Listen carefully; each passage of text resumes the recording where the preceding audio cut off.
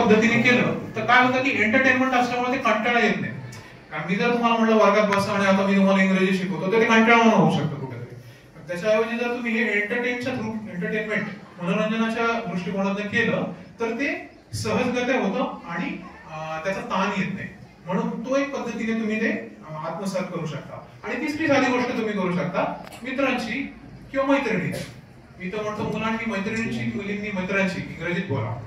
कारण तिथे काय होतं, आपण एनिवे फार कॉन्शियस झालेलो असतो. मला माहिती आहे ग्रामीण भागामध्ये मुला मुलींमध्ये तितका संवाद आता होतो की नाही माहित नाही, आमच्या काळी तर नसायचा, पण तो व्हायला हवा. कारण हा पण एक न्यूनगंडाचा भाग आहे. मुलं आणि मुली एकाच नाण्याच्या दोन बाजू आहेत. व्यक्ती म्हणून आपण दोघेही समान आहोत. त्यामुळे एकमेकांविषयी कुठेही मनामध्ये काय म्हणतात आडी म्हणता येईल किंवा कुठल्याही प्रकारची भावना न ठेवता मुक्तपणे संवाद व्हायला हवा. सो हे अगदीच अशक्य वाटत असेल तर मुलांनी मुलांशी, मुलींनी मुलांशी, पण एकमेकांच्या फ्रेंड सर्कल मध्ये बोलताना इंग्रजीतून बोला. काय होईल, चुकेल, पुढची हसेल, तुम्ही तिला हसा, काय फरक पडतो, जसंच तसं. ओके नाही, मुलं पण तसंच करू शकतात. अगदी शिवांवर जाऊ नका, पण जितकं होतं तेवढा इंग्रजीचा वापर करा. आणि कसं आहे, इंग्रजी बोलायला शिकणं म्हणजे आपल्या मराठी भाषेचा अभिमान किंवा स्वाभिमान बाजूला टाकणं असं मुळीच होत नाही. पण हे आपल्याला मान्य करायलाच पाहिजे. जर तुम्हाला आयुष्यात पुढे जायचं असेल तर इंग्रजीवरती प्रभुत्व मिळवण्याशिवाय पर्याय नाही. आणि हा प्रयत्न तुम्ही जाणीवपूर्वक करा. म्हणजे तुमचं स्वॉट अनालिसिस आणि तुमची इंग्लिश स्पीकिंग कॅपॅबिलिटी हे तुम्ही वाढवा. तुम्ही 12वी मध्ये आता झाला, तुमच्याकडे पुढची 3 ते 4 वर्ष जेव्हा तुम्ही तुमचे कोर्सेस करणार, ग्रॅज्युएशन करणार, त्या काळामध्ये तुम्ही हे स्लोली डेव्हलप करा. त्या 3 ते 4 वर्षांमध्ये म्हणजे जोपर्यंत तुम्ही फायनल इयरला जाताल आणि जेव्हा तुम्ही एम्प्लॉयमेंटसाठी तयार होत असाल तोपर्यंत हा तुमची साईड कव्हर होऊन जाईल. आणि जेणेकरून जेव्हा तुम्ही इंटरव्ह्यूज मध्ये पोहोचाल तेव्हा तुम्हाला कुठेही भीती वाटणार नाही आणि कॉन्फिडन्स तुमच्यामध्ये राहील. तिसरी गोष्ट, पर्सनॅलिटीचा तिसरा भाग असतो तो म्हणजे दिसणं. आता दिसणं म्हणजे त्वचेचा रंग किंवा बाह्य रूप असं मुळीच अर्थ होत नाही. पण दिसणं म्हणजे आपण स्वतःला कसं कॅरी करतो. Dress to impress. नेहमी अशा पद्धतीने कपडे घाला की पुढचा माणूस त्याच्यावर इम्प्रेस झाला पाहिजे. म्हणजे याचा अर्थ मुलींनी मुलांना इम्प्रेस करण्यासाठी किंवा मुलांनी मुलींना इम्प्रेस असा अर्थ नाही. पण जेव्हा तुम्ही एखाद्या रूम मध्ये जाता तेव्हा त्या रूम मध्ये जे कोणी 4-5 व्यक्ती बसलेले असतील, ते पुरुष असतील किंवा स्त्रिया, ते जेव्हा तुमच्याकडे बघतील तेव्हा वाटलं पाहिजे की हा कोणीतरी माणूस आहे ज्याची दखल घेतली पाहिजे. ओके. आणि यासाठी फार कुठले महागडे कपडे घालायची गरज आहे असं मुळीच नसतं. आमच्या शाळेतले शिक्षक सांगायचे माणसाने स्वच्छ असावं, फाटका असू नये. कपडे तुमचे कुठल्याही ब्रँडचे असू द्या, साधे असू द्या, पण ते निश्चितपणे स्वच्छपणे धुवून इस्त्री करून व्यवस्थित घालता येतात आणि आपली पर्सनॅलिटी व्यवस्थित ठेवता येते, व्यवस्थित भांग पाडता येते. मुलांना दाढ्या वाढवायच्यात वाढवा, विराट कोहली सारखी स्टाईल करा, पण ती ट्रिमिंग करा. ओके. मुलींना जे हेअरस्टाईल करायच्या त्या करा, पण आपली आपला जो पर्सनॅलिटी आहे ती इम्प्रेसिव्ह असणं फार गरजेचं आहे. कारण ते आपलं फर्स्ट इम्प्रेशन असतं जेव्हा आपण कुठल्याही ग्रुपमध्ये जातो किंवा कुठेही आपण कॉन्व्हर्सेशन करायला जातो. आणि हे first impression is the last impression जे म्हणतात ते फार महत्वाचं असतं. आणि ह्या छोट्या छोट्या गोष्टी असतात ज्याच्यामध्ये आपले ग्रामीण भागातले विद्यार्थी मागं पडतात. होतं कसं, शहरी भागामध्ये ह्या बाकीच्या गोष्टींसाठी बरेचसे अव्हेन्यूज अवेलेबल असतात आणि म्हणजे इंग्लिश स्पीकिंग बरेचसे मुलं इंग्रजी माध्यमात जातात त्यामुळे त्यांना त्याची सवय असते. स्वॉट अनालिसिस आपल्याकडे ग्रामीण भागात कोणी ऐकलेलंच नसतं, ते शहरी भागामध्ये त्याचं एक्सपोजर झालेलं असतं. किंवा मग कपडे घालणे किंवा थोडंसं चांगलं ते नीटनेटके दिसणे, या गोष्टीची थोडीशी शहरामध्ये जास्त काळजी घेतली जाते असं मी म्हणतो. ह्या सगळ्या ज्या बारीक बारीक गोष्टी आहेत त्यामुळे तुमचं पर्सनॅलिटी किंवा व्यक्तिमत्व बिल्ड होत असतं. आणि हे इक्वली महत्वाचं आहे जेवढं तुमचं नॉलेज महत्वाचं आहे. तर याच्यावर डेफिनेटली काम करा, पुढच्या 3 वर्षामध्ये काम करा. चौथी गोष्ट तुम्ही करू शकता व्यक्तिमत्व संपन्न करण्यासाठी, ते म्हणजे तुमचं नॉलेज वाढवणं. तर नॉलेज वाढवण्यासाठी सिंपल गोष्ट आहे की तुम्हाला पुस्तकं वाचणे, त्या विषया संदर्भातले जे काही रेफरन्स बुक्स असतील ते वाचणे. आणि त्याला सुद्धा आता अनलिमिटेड रिसोर्सेस अवेलेबल आहे. तुमच्याकडे इंटरनेट अवेलेबल आहे, तुम्हाला मोबाईलचं ऍडिक्शन आहे तर ते ऍडिक्शन क्रिएटिव्हली वापरा. जेव्हा तुम्ही मोबाईल बघतच आहात तर रील्स बघत 4 तास घालवण्यापेक्षा तुम्ही पॉडकास्ट बघा. तुम्हाला जे सब्जेक्ट आवडतात, कुठलाही सब्जेक्ट असेल, आर्ट्स असेल, डिझाईन असेल, इंजिनिअरिंग असेल, त्याच्यावरचे तुम्ही पॉडकास्ट बघा, त्या विषयातल्या तज्ञांचे पॉडकास्ट बघा. त्यातनं नॉलेज गेन होईल, इंग्लिश ऐकणं होईल, आणि तुमचं पर्सनॅलिटी डेव्हलप होईल. सो आणि तुमचं जे मोबाईल बघण्याचं जे 3-4 जणांनी म्हटलं की ती वाईट पडेल पाहिजे, तर तिचं एक प्रकारे पॉझिटिव्ह गोष्टीमध्ये रूपांतर होईल. तो जो वेळ आहे तो सत्कारणी लागेल आणि अगदीच वाया जाणार नाही. सो अशा पद्धतीने तुम्ही तुमची ओव्हरऑल पर्सनॅलिटी डेव्हलप करायचा प्रयत्न करा आणि कुठेतरी तुम्हाला त्याचा नक्की उपयोग होईल. आणि या संदर्भात आय थिंक मी माझा फोन नंबर किंवा कॉन्टॅक्ट डिटेल्स देऊन जाईल. कोणाला काही मदत लागली तर कधीही मेसेज करा, पाहिजे तर ईमेल देऊन जातो, ईमेल करा आणि माझ्याकडनं शक्य आहे तेवढी मी मदत करेन.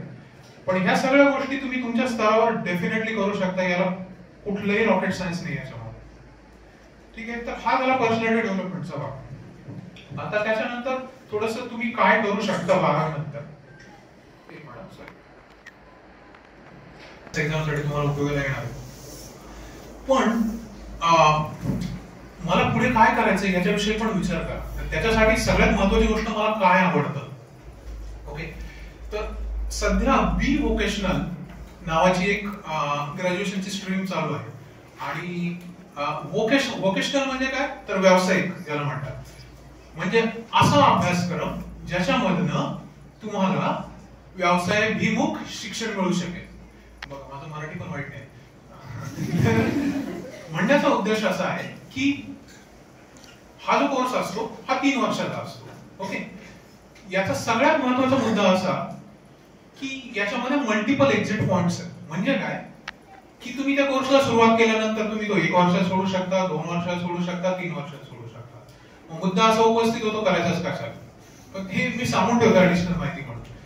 जेव्हा तुम्ही 1 वर्षाचा कोर्स करता तेव्हा तो तुम्हाला डिप्लोमा म्हणून म्हणजे अवॉर्ड केला जातो की तुम्ही डिप्लोमा कंप्लीट केला असं सर्टिफिकेट मिळतं. जर तुम्ही तो कोर्स 2 वर्ष केला तर तुम्हाला ऍडव्हान्स डिप्लोमा म्हणून मिळतो. आणि जर तो तुम्ही 3 वर्ष कंप्लीट केला तर ती ग्रॅज्युएशनची तुम्हाला डिग्री मिळते. पुढचा महत्वाचा मुद्दा त्याच्यामध्ये असा की याच्यामध्ये अनलिमिटेड स्पेशलायझेशन आहे. म्हणजे आता तुम्हाला कुठलंही क्षेत्र आवडत असेल, तुम्हाला हॉटेल आहे, हॉटेल मॅनेजमेंट आहे, तुम्हाला ट्रॅव्हलिंग आवडत असेल, तुम्हाला डिझायनिंग आवडत असेल, तुम्हाला कुकिंग आवडत असेल, तुम्हाला रिटेल मॅनेजमेंट म्हणजे काय, शहरामध्ये जे मोठे मोठे मॉल्स असतात ते मॉल्स मेंटेन करायला लागतात. त्याच्यासाठी जे मनुष्यबळ लागतं त्याला रिटेल मॅनेजमेंट म्हणतात. कुठल्याही तुम्ही you take the name, accounting आहे, इव्हन इंजिनिअरिंग सुद्धा आहे. म्हणजे इंजिनिअरिंगचे स्पेसिफिक काही ब्रँचेस आहेत स्पेशली सॉफ्टवेअर डेव्हलपमेंटच्या, त्या सुद्धा याच्यात मोडतात. सो हा एक फार फ्लेक्सिबल कोर्स आहे आणि तुमच्या आवडीचं क्षेत्र तुम्ही निवडून त्याच्यामध्ये ते करू शकता. हा फायनान्शियली म्हणजे इकॉनॉमिकली हा स्वस्त आहे कम्पॅरेटिव्हली. पुणे युनिव्हर्सिटीकडनं पण हा ऑफर केला जातो, वेगवेगळ्या कॉलेजेसमध्ये तो आहे. आणखी एक महत्वाचा मुद्दा की ह्या कोर्समध्ये इंटर्नशिप असते. म्हणजे काय, जेव्हा तुम्ही तो कोर्स करत असता तेव्हा तुम्हाला इंडस्ट्रीमध्ये जाऊन हँड्स ऑन म्हणजे ज्याला प्रत्यक्ष प्रशिक्षण मिळतं. त्यामुळे होतं काय की शिकता शिकताच तुम्हाला त्याचं कुठे ना कुठे प्रशिक्षण पण मिळतं आणि ते फार महत्वाचं असतं. मोस्ट ऑफ द कोर्सेस मध्ये काय होतं की क्लासरूम आपण एज्युकेशन घेत असतो. म्हणजे त्याच्यामध्ये प्रत्यक्षात ट्रेनिंग तुम्ही जोपर्यंत नोकरीला लागत नाही तोपर्यंत मिळत नाही. परंतु या कोर्समध्ये ते तुम्ही जेव्हा शिकत असता तेव्हाच मिळतं. त्याचे 2 फायदे होतात. एक तर कॉन्फिडन्स तुमचं बिल्ड होतं, कारण ऍक्च्युअल काम काय करायला लागतं ते पण कळतं.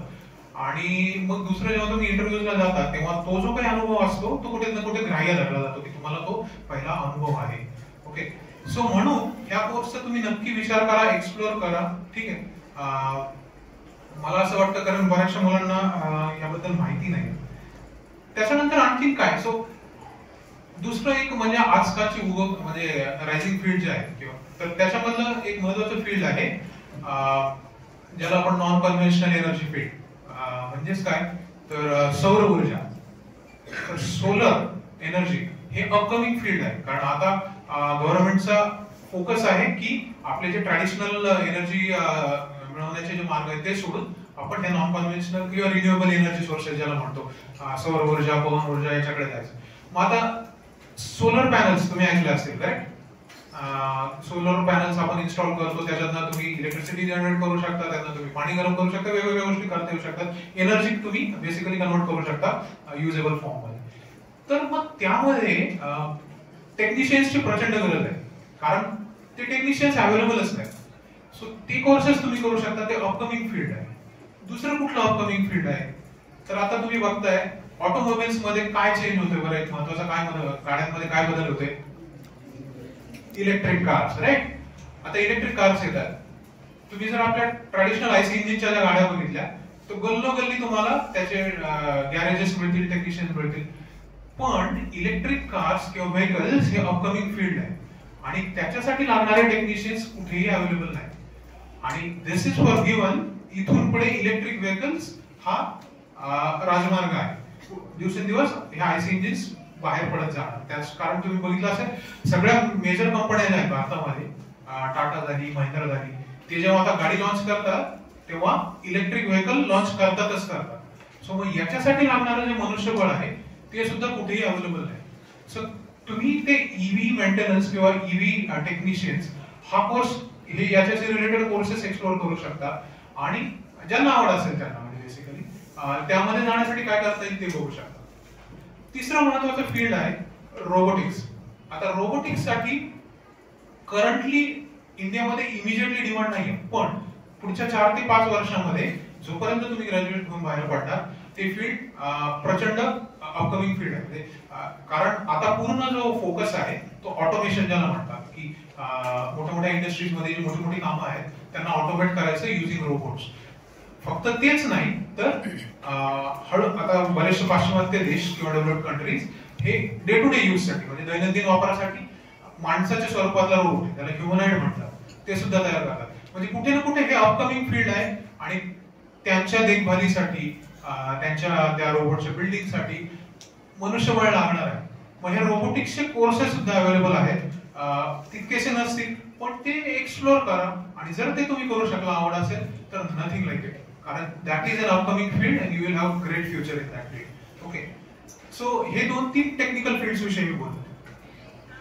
आता प्रत्येकानेच टेक्निकल फील्ड मध्ये जाण्याची गरज नाही. मला स्वतःला पर्सनली जे फील्ड आवडतं ते म्हणजे हेल्थ केअर मध्ये. ओके, माझे 2 विद्यार्थिनी आहेत ज्यांनी नर्सिंग केलंय.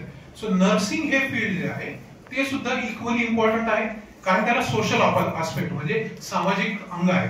कारण ते कुठे ना कुठे एक सेवा देणारं क्षेत्र आहे. तुम्ही त्या पेशंटची सेवा करत असता आणि नर्सिंग साठी आय डोंट नो म्हणजे कुठेही संकुचित मनोवृत्ती ठेवायची गरज नाही.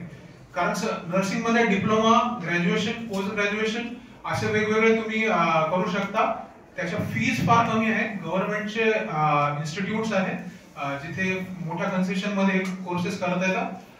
आणि नर्सिंग मध्ये इव्हन डिप्लोमा झालेल्या नर्सेसला साधारण 30 ते 40 हजार पर मंथ इतका पगार सुरुवातीपासून मिळायला सुरुवात होते. कारण मनुष्यबळ कमी, रिक्वायर्ड लोक काम करणारी नाही.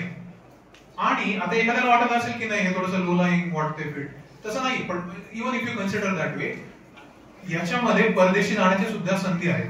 पर्टिक्युलरली युके, युनायटेड किंगडम जे आहे किंवा इंग्लंड ज्याला म्हणतो आपण, तिथे तशी तर कमतरता सगळ्याच पाश्चिमात्य देशात आहे. पण युके मध्ये ते बऱ्याचशा नर्सेसला बोलवत असतात काम करण्यासाठी. युके झालं, ऑस्ट्रेलिया झालं, न्यूझीलंड झालं, हे सगळे जे इंग्लिश स्पीकिंग कंट्रीज आहे तिथे नर्सेसची खूप गरज असते.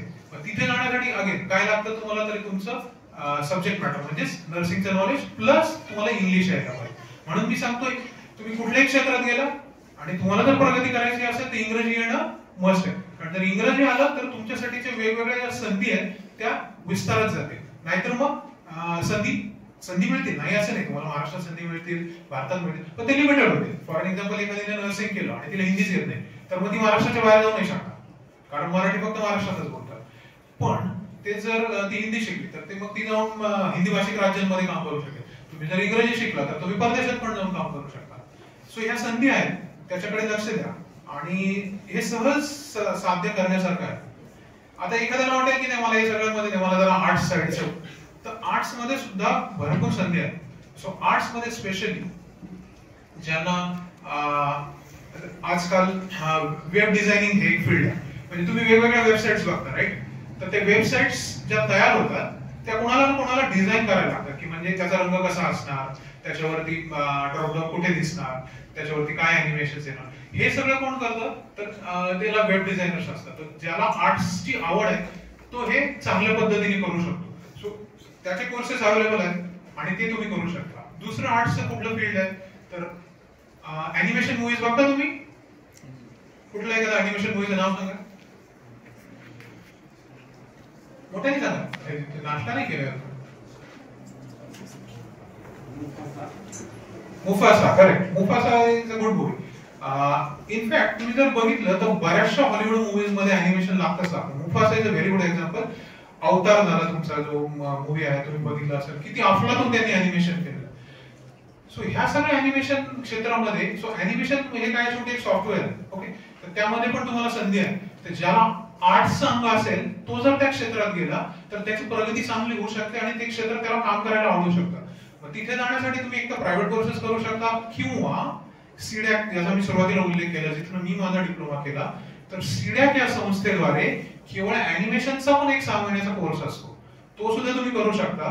आणि तो जर केला तर त्याच्यातनं डायरेक्ट सीडॅक तर्फे कॅम्पस प्लेसमेंट्स असतात, कंपन्या येतात, तिथनं तुमची प्लेसमेंट होऊ शकते, तुम्हाला जॉब मिळू शकतात. त्याच्यानंतर आणखीन काय, फॅशन डिझाईन. म्हणजे एखाद्याला किंवा एखाद्याला पण, हे अगेन जेंडर स्पेसिफिक नाही, एखाद्याला नवीन नवीन कपडे शिवण्याची म्हणा किंवा डिझाईन करायची आवड असेल तर फॅशन डिझाईन हे नेव्हर एंडिंग फील्ड आहे आणि तुम्ही त्याला एक्सप्लोर करू शकता. तर आपल्या इथे अहमदाबादमध्ये national institute of design NID नावाची संस्था आहे. तिथे ना असे वेगवेगळे डिझाईन रिलेटेड कोर्सेस केले जातात. त्याच्यात फॅशन डिझायनिंग मी जे बोललो ते, त्याच्यामध्ये एक महत्त्वाचा आणखी एक भाग असतो प्रोडक्ट डिझाईन. प्रोडक्ट डिझाईन म्हणजे काय, आता नवीन नवीन गाड्या मार्केटमध्ये आल्या, तर ती गाडी जे दिसते त्याचं जे लुक अँड फील आहे त्याला म्हणतात प्रोडक्ट डिझाईन. तर ते कोण ठरवतं, प्रोडक्ट डिझायनर, की ही गाडी कशी दिसली पाहिजे.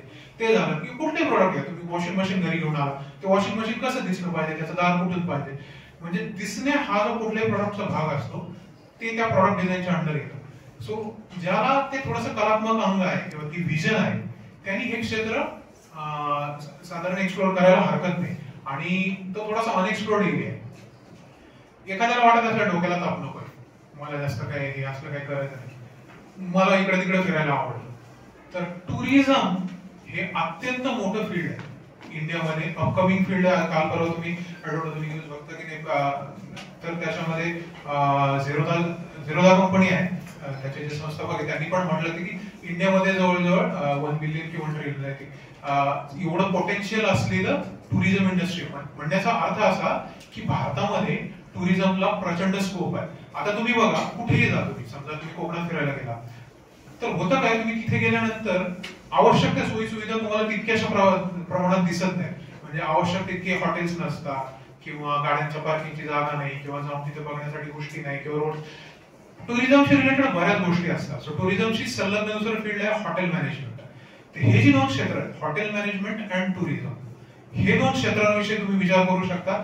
त्यांना डेडिकेटेड कॉलेज आहेत, गव्हर्नमेंटची कॉलेज आहेत हॉटेल मॅनेजमेंटचे, ते तुम्ही कोर्सेस करू शकता आणि त्यामध्ये तुम्ही तुमचं करिअर घडवण्याचा प्रयत्न करू शकता. सो ह्या कोर्सेसचा सुद्धा तुम्ही विचार करा आणि तुम्हाला ते जर बेसिकली आवडत असेल तर विचार करा. म्हणजे सांगण्याचा मुद्दा असा की सगळेजण काहीतरी करतायत म्हणून ते करण्याचा प्रयत्न करू नका. ठीक आहे. पुढचं एक आणखी क्षेत्र आहे इंजिनिअरिंग. ओके, MSCIT त्याच्यासाठी.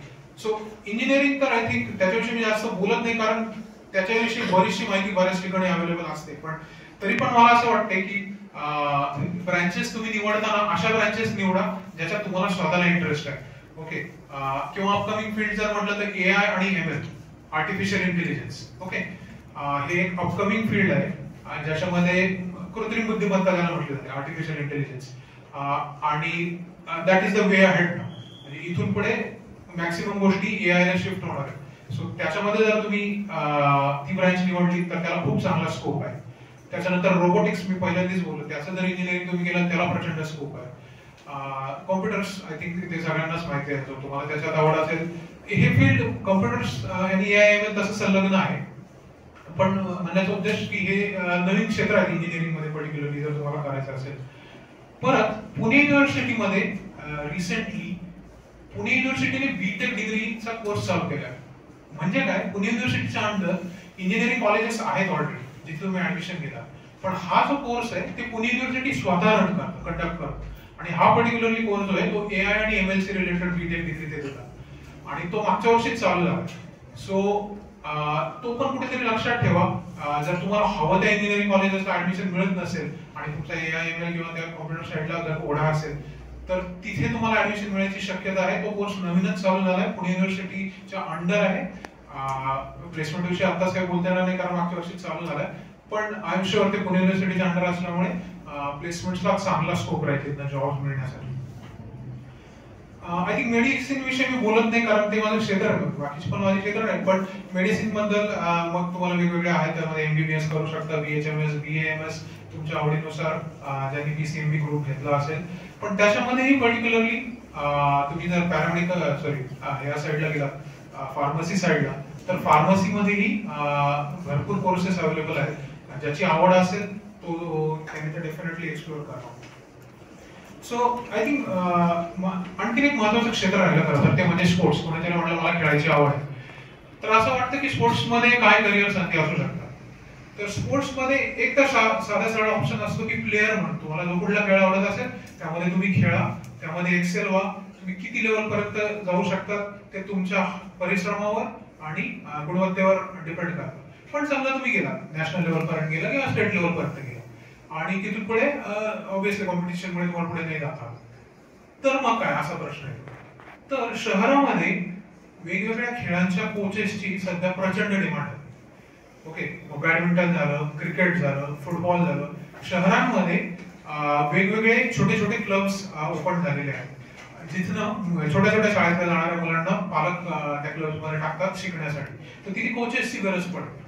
तर कोचेसचा पण एक कोर्स असतो प्रत्येक खेळातल्या कोचिंगचा, तुम्ही तो करू शकता जर तुम्हाला खेळाची आवड असेल तर. आणि तो तुम्ही एक्सप्लोर करून त्या क्षेत्रामध्ये तुम्ही एम्प्लॉयमेंट जनरेट करू शकता. तर हे सर्व साधारण सर्व्हिस सेक्टर विषयी झालं. आणि अपार्ट फ्रॉम दिस, ज्याला असं वाटतं की मला नोकरी नाही करायची, मग त्याने कुठेतरी स्वतःच व्यवसाय सुरू करण्याच्या दृष्टीने विचार करायला पाहिजे. सो आणि ते कुठल्याही छोट्या छोट्या क्षेत्रात असू शकतं. म्हणजे मी एक उदाहरण देईन, माझ्या घरी एक इलेक्ट्रिशियन यायचा, म्हणजे मी इथे राहत होतो. सुरुवातीला तो यायचा, तो कामं करायचा, छोटी छोटी कामं, बटन बदलणं किंवा फॅनचा रेग्युलेटर गेलं. हळूहळू तो काम सिन्सिअरली करत राहिला, तो नॉलेजेबल होता आणि हळूहळू त्याला इतकी कामं मिळत गेली की त्याने मग छोटी कामं घ्यायचं बंद केलं आणि शेवटी तो मोठ्या मोठ्या बंगल्यांची किंवा सोसायटीची कामं घ्यायला लागला. आणि मग त्यांनी ऑलमोस्ट ते छोटी कामं घ्यायचं बंद केलं. तात्पर्य असा की असं कुठलंही फील्ड निवडून तुम्ही त्याच्यामध्ये स्वतःचा व्यवसाय चालू करू शकता. ओके, इव्हन केटरिंगला सुद्धा प्रचंड डिमांड आहे. म्हणजे शहरामध्ये डबे तयार करणे आणि ते पोहोचवणे. सो ते जर तुम्हाला एखाद्याला स्वयंपाकाची आवड असेल, एखाद्याला किंवा एखादीला, त्याच्यात again nothing gender specific. Okay, कुठलंही क्षेत्र मुलांसाठी नाही पर्टिक्युलरली आणि कुठलंही क्षेत्र मुलींसाठी नाही. सगळी क्षेत्र आजच्या डेटमध्ये सगळ्यांना अवेलेबल आहेत. सो ते पण क्षेत्र निवडून तुम्ही स्वतःला म्हणजे ऍज अन एंटरप्रेनर किंवा बिझनेसमॅन म्हणून स्वतःला एस्टॅब्लिश करायचा प्रयत्न करू शकता. महत्वाचा मुद्दा असा आहे की आपण जिथे आहोत तिथून पुढे जर जायचं असेल तर एक पर्टिक्युलर गोष्ट निवडून त्याच्यावर परिश्रम करणं गरजेचं आहे. आणि हे फार महत्वाचं आहे कारण स्वप्न सगळेच बघतात, राईट. प्रत्येकाला चांगली तुमच्या वेळेत तर छान छान स्वप्न पडतात. आता मला तर काही फारसे स्वप्न पडत नाही. मला फार तर काही स्वप्न पडतं ऑफिसला उशीर झाला वगैरे अशा पद्धतीने. तर चांगली स्वप्न बघा आणि त्या स्वप्नांना सत्यात उतरवण्यासाठी प्रयत्न करा. ओके, तुमच्या वयात टिपिकल पडणारं स्वप्न म्हणजे माझं एखाद्या सुंदर मुलीशी लग्न झालं आणि मी सेटल झालो वगैरे. पण तुम्ही विचार करा, हे जरी स्वप्न असेल तर ते सत्यात आणण्यासाठी तुम्हाला काय करायला लागेल. कुठलाही मुलगा किंवा मुलगी तुमच्याशी लग्न का करेल जर तुमच्याकडे पुरेसं उत्पन्नाचं साधन नसेल, जर तुमच्याकडे स्टेबिलिटी नसेल, फायनान्शियल स्टेबिलिटी, आर्थिक ज्याला आपण म्हणतो स्टेबिलिटी नसेल, तर त्या मुलाने किंवा मुलीने तुम्हाला लाईफ पार्टनर म्हणून का निवडावं. हा फार महत्वाचा प्रश्न आहे. सो स्वप्न बघणं ही एक गोष्ट आहे, पण ते पूर्णत्वास नेण्यासाठी तुम्हाला परिश्रम करायला हवं आणि कुठलं स्वप्न चुकीचं असू शकत नाही. ओके, म्हणून I think I don't know, आपल्याकडे साधारण असं असतं की पैसा हा महत्वाचा नाही, पण मला असं वाटत नाही. पैसा हा फार महत्वाचा असतो. ओके, पैशाचा योग्य ठिकाणी वापर करणं ही वेगळी गोष्ट आहे, पण तो पैसा असावा लागतो आणि तो कमवायला लागतो योग्य मार्गाने. आणि त्यासाठी तुम्हाला एक स्पेसिफिक पाथ निवडून त्या विशिष्ट दिशेने परिश्रम करायला पाहिजे. तो नुसतीच स्वप्न वगैरे बसून तो तुमच्या दारी येणार नाही. ओके, म्हणून आणि पैसा हा एक भाग झाला. आणि दुसरी गोष्ट आहे समाधान. तुम्ही जेव्हा ते क्षेत्र निवडत असतात तेव्हा त्याच्यात काम केलं तर तुम्हाला कुठे ना कुठे समाधान मिळतं, जर ते तुमच्या आवडीचं क्षेत्र असेल तर. म्हणून या दोन गोष्टींवरती निश्चित विचार करा. तुम्हाला आवडतील, तुमचं स्वॉट अनालिसिस करा. म्हणून ते मी म्हटलं की ते स्वॉट अनालिसिस त्यासाठी महत्वाचं की तुम्ही कुठला कोर्स निवडणार आहात. आता माझा स्ट्रेंथ, माझा विकनेस आहे की मला अभ्यास करायला आवडत नाही आणि मग मी इंजिनिअरिंग निवडलं, मग अडकले गाडी पहिल्याच वर्षात, दळते त्याचा काय उपयोग नाही. ओके, सो माझं नॅचरल स्ट्रेंथ काय आहे त्याच्या हिशोबाने मला क्षेत्र निवडायला हवं. आणि यासाठी वेगवेगळे ऑनलाईन टेस्ट पण असतात. पण मी तुम्हाला सांगू का, स्वतःचा आपण बेस्ट जज असतो.